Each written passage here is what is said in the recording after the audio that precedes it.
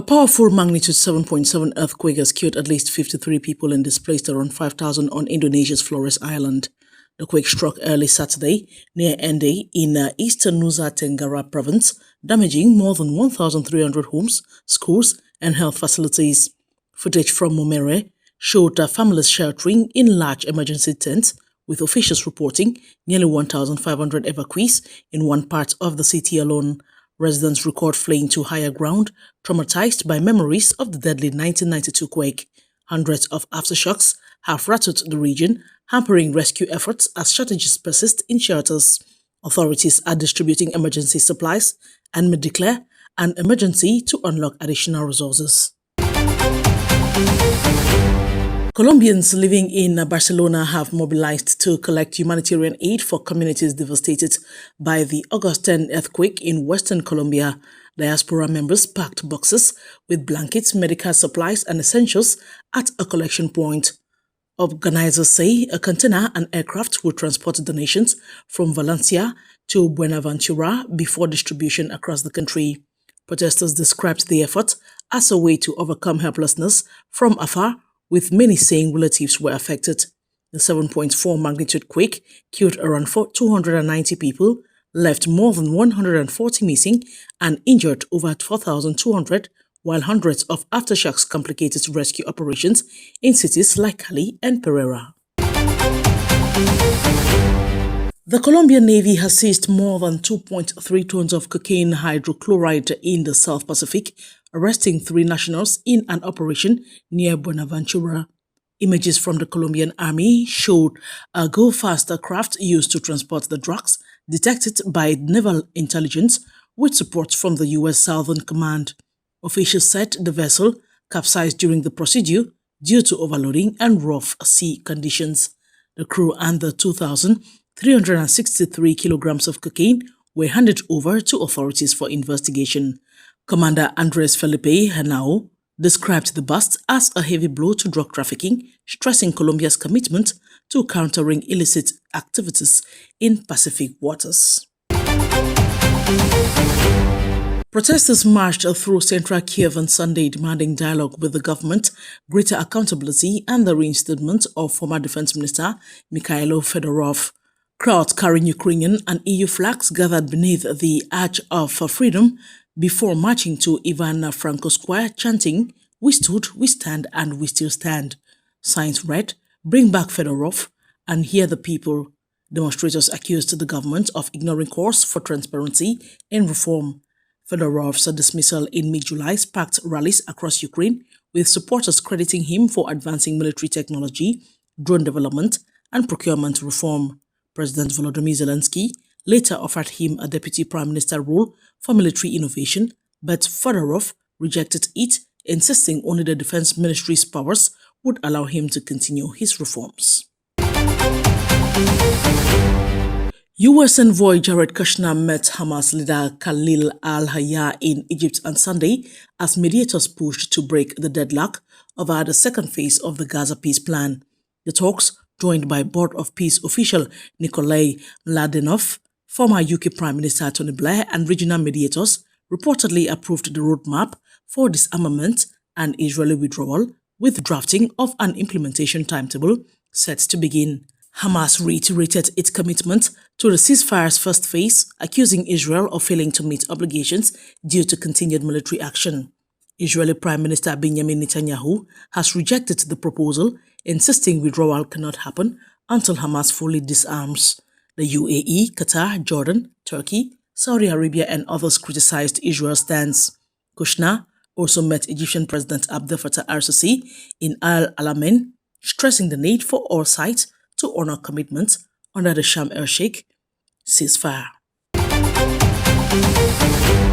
Thousands of young people in Eastern Democratic Republic of Congo turned to art instead of conflict on Sunday, demanding peace through music, dance, poetry, and paint.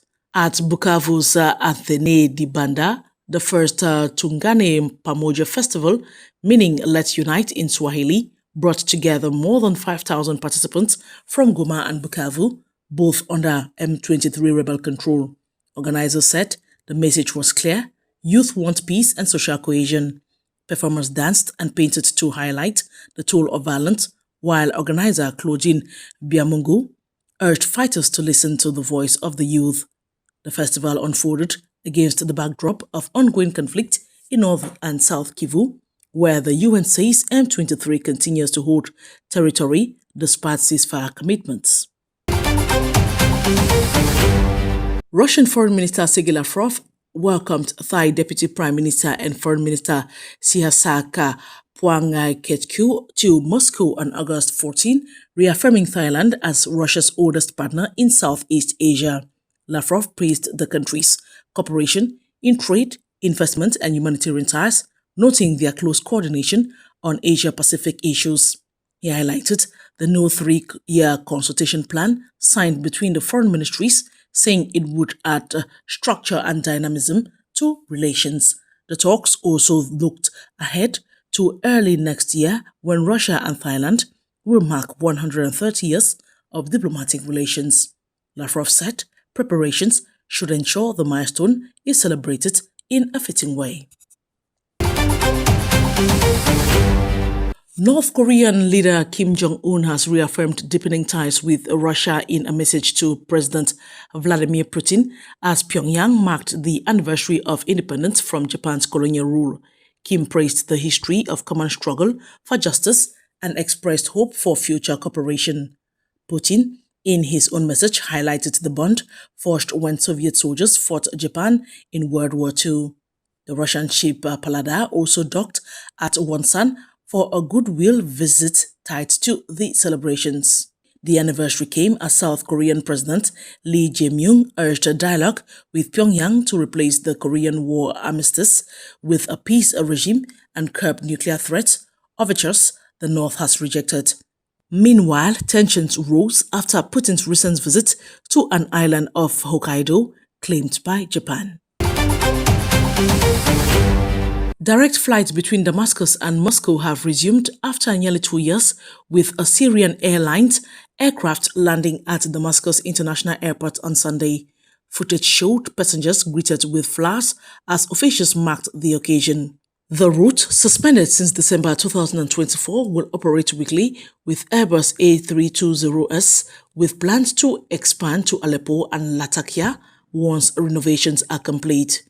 Russian Embassy Chargé d'Affaires Zhao Gusenov hailed the move as a boost to cooperation in business, science, culture, and education, noting thousands of Syrian students studying in Russia will benefit from reduced travel costs. The relaunch comes as Syria's aviation sector rebuilt international connections, with 12 airlines now operating to and from Damascus and Aleppo. Moroccan migrants staged a sit-in in Spain's North African enclave of Ceuta on Sunday, demanding asylum after July's mass border crossings left thousands stranded.